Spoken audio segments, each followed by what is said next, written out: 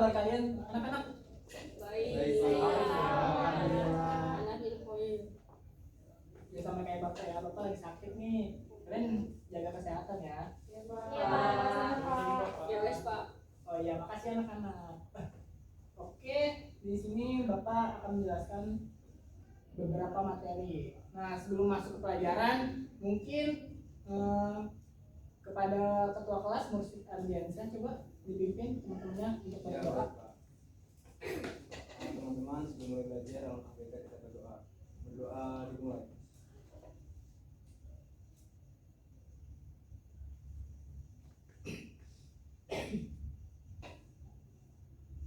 Berdoa selesai.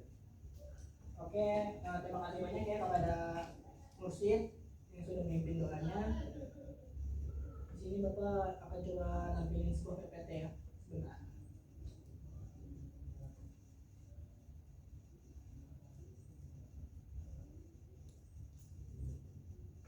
Sudah terlihat belum? Sudah, Pak. Oke.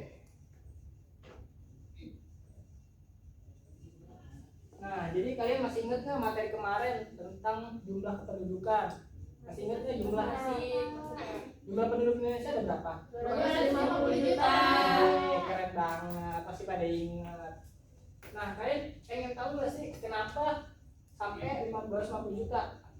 Kenapa tuh? Oh, ini ada caranya sendiri nih. Gampang banget. Di sini Bapak akan menjelaskan tentang materi pengolahan dan analisis sumber data kependudukan. Nah, sebelum masuk ke materi, Bapak di sini akan menjelaskan sebuah pengertiannya dulu. Data itu apa?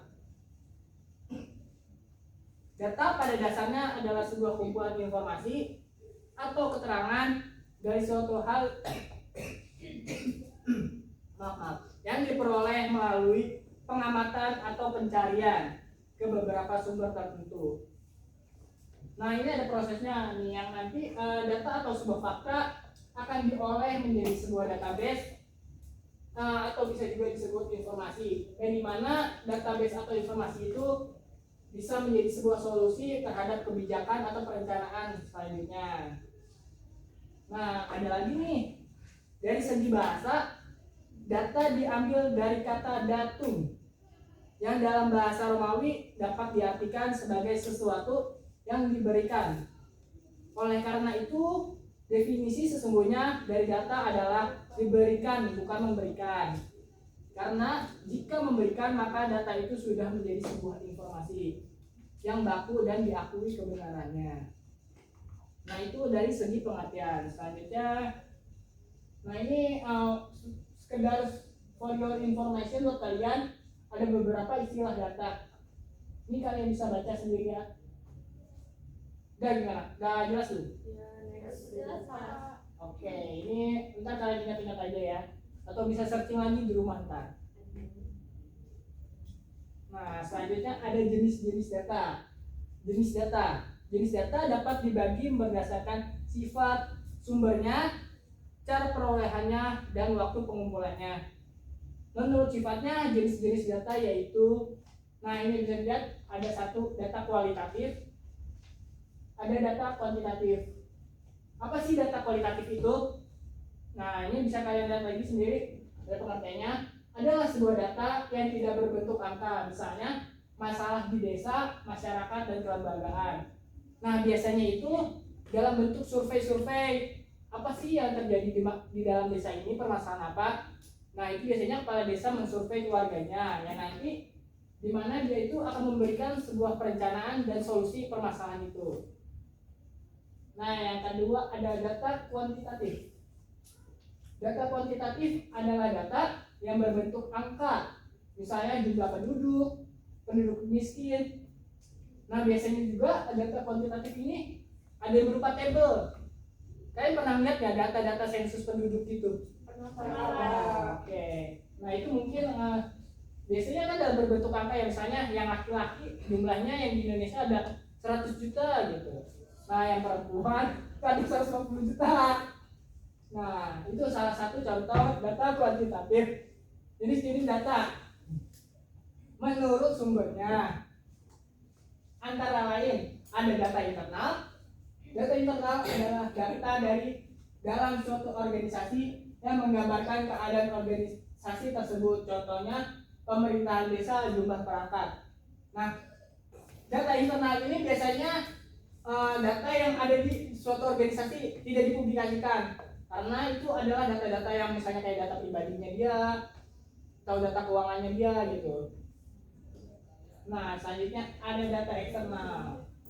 Data eksternal adalah data dari luar suatu organisasi yang dapat menggambarkan faktor-faktor yang mungkin mempengaruhi hasil kerja suatu organisasi. Misalnya contohnya daya beli masyarakat yang mempengaruhi penjualan suatu perusahaan. Nah, ini mungkin jenis-jenis data. Mungkin kalian udah dicatat belum jenis-jenis datanya? Sudah kan? Sudah, Pak. Coba Hafiz, ada berapa jenis data berdasarkan sumbernya? Kalau nggak salah ada juga Pak. Apa aja tuh? Ada internal, sungai eksternal. Oke, bagus. Berarti memperhatikannya Hafiz. Gitu Pak. Nah, selanjutnya ada jenis data. Jenis data data menurut cara memperolehnya antara lain ada data primer dan juga data sekunder. Kalian baca di sini ada data primer. Secara garis besar, data primer itu data yang dikumpulkan secara sendiri oleh perorangan atau suatu organisasi secara langsung dari objek yang diteliti dan untuk kepentingan studi yang bersangkutan. Nah, itu biasanya dapat berbentuk sebuah interview atau observasi. Nah, kalian pernah dari beberapa guru mata pelajaran lain pernah disuruh observasi nggak? Pernah. Nah, itu kan disuruh nyari data tuh. Kita wawancara nanya-nanya. Nah, selanjutnya ada data sekunder atau secondary data. Data sekunder adalah data yang diperoleh atau dikumpulkan dan disatukan oleh studi-studi sebelumnya atau diterbitkan oleh berbagai instansi. Biasanya sumber ini tidak langsung berupa data dokumentasi dan arsip-arsip resmi. Biasanya data-data yang bersifat kayak pemerintah yang bisa dibilang sangat rahasia dan secret. Nah, selanjutnya ada jenis-jenis data menurut waktu pengumpulannya. Antara lain ada data cross section yang artinya itu data yang dikumpulkan pada suatu waktu tertentu untuk menggambarkan keadaan dan kegiatan pada waktu tersebut. Misalnya data penelitian. Nah, itu kenapa dia masuk cross section, karena itu hanya berlaku pada saat kita melakukan penelitian. Selanjutnya yang kedua ada data berkala atau time series data, yaitu data yang dikumpulkan dari waktu ke waktu untuk melihat perkembangan suatu kejadian kegiatan selama periode tersebut. Nah, ini ada contohnya juga, misalnya perkembangan uang beredar, harga 9 macam bahan pokok. Nah, ini kalian bisa pahami ini jenis-jenis data. Nah, di sini selanjutnya setelah kita melakukan sebuah observasi biasanya ada fungsinya kan. Kalau kita melakukan sesuatu tidak ada fungsinya, buat apa dikerjain gitu kan. Nah, ini fungsinya nih, kalian bisa lihat sendiri. Yang pertama, data itu berfungsi sebagai sebuah informasi yang nantinya bisa buat informasi diri kita sendiri dan juga buat orang lain. Nah, biasanya juga ada perencanaan. Nah, ini biasanya dibuat di sebuah organisasi atau di pemerintahan, baik dari pemerintahan pusat sampai pemerintahan daerah. Nah, biasanya itu pemerintahan daerah atau pusat itu melakukan sebuah survei. Kenapa? Karena dia itu agar kinerjanya itu sangat bagus dan dalam membuat suatu kebijakan itu tidak salah langkah atau tidak tepat gitu. Misalnya data kemiskinan di daerah Jakarta cuma ada 10.000, tapi bantuannya sampai 100 juta.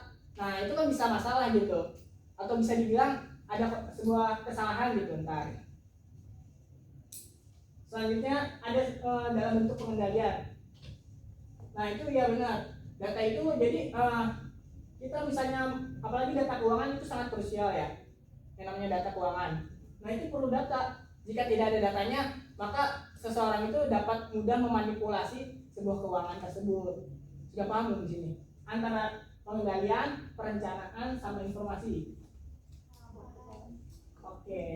Bapak, kalau misalnya kalian ingin bertanya di luar kelas boleh banget. Ketemu di meja Bapak. Kita diskusi santuy aja. Baik, Pak. Bapak juga orangnya care kok. Oke. Mungkin itu saja. Kurang lebihnya mohon maaf. Wassalamualaikum warahmatullahi wabarakatuh. Waalaikumsalam.